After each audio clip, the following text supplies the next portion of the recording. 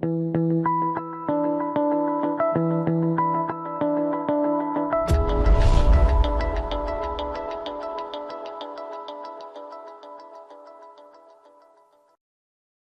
everyone, welcome to part 2 of my TCOOP Event 3 Replayer series.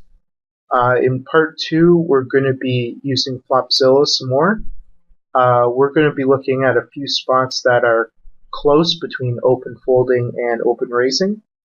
We're going to be considering spots where we're getting a better price to raise call because of knockout considerations. Anytime we're faced with an all-in that we can call, we're getting a $41 overlay on that call, and that's 19% of the buy-in, so 19% of $215. So that's a considerable addition to our price in a lot of situations, especially pre-money situations, pre-in the money.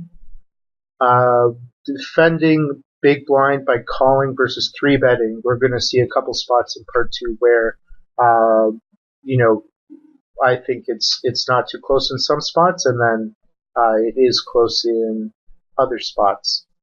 So I just mean that we saw this hand to end part 1 where we could have made a plus EV 3-bet, but it doesn't seem very close between 3-betting and calling. So I actually missed an entire orbit. Folding just rags, junk. The only thing you need to know about this orbit is real vol 408 shoved twice, open shoved twice during the orbit. So that's going to play into our considerations later. Here, obviously, we're taking a price. I don't think raising or shoving is going to be best. We could lead out. His range is really very unclear to me. You don't see a lot of people limp the cutoff in this spot with like a low VPIP. Usually, if you see someone limp the cutoff in post ante 22 big blind situation, they have a VPP over 30. So pretty unusual situation. That might be the reason I didn't lead out and instead decide to check call. We have top pair. We definitely can't check fold. I think check raising is a bit too presumptuous at this point. The turn goes check check on a 6. Now the river's a 9. Villain can definitely have a 9. They can have 9-10, 9-7. And they could have just random 9s like ace-9, queen-9 suited that they didn't want to fold pre. They could have a better 8 as well. If they did something as unusual as limping the cutoff, they could have checked back ace-8 on the 6, being like way too worried about a 6 in our hand. They could have 4s full. They could have 8s full, 6s full of 8s or something like that. With all that said, they could have a bizarrely played queens.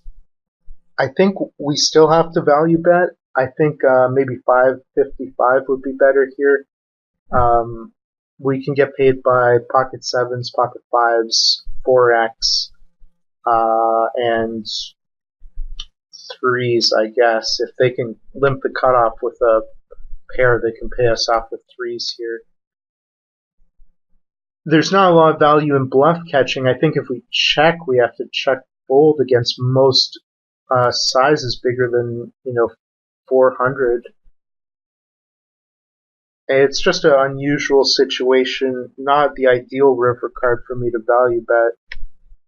But I think we can get called here. I think that they would bet the turn with a 6 if they bet the flop, and I don't think of all the possible holdings, for them to bet the flop 6s is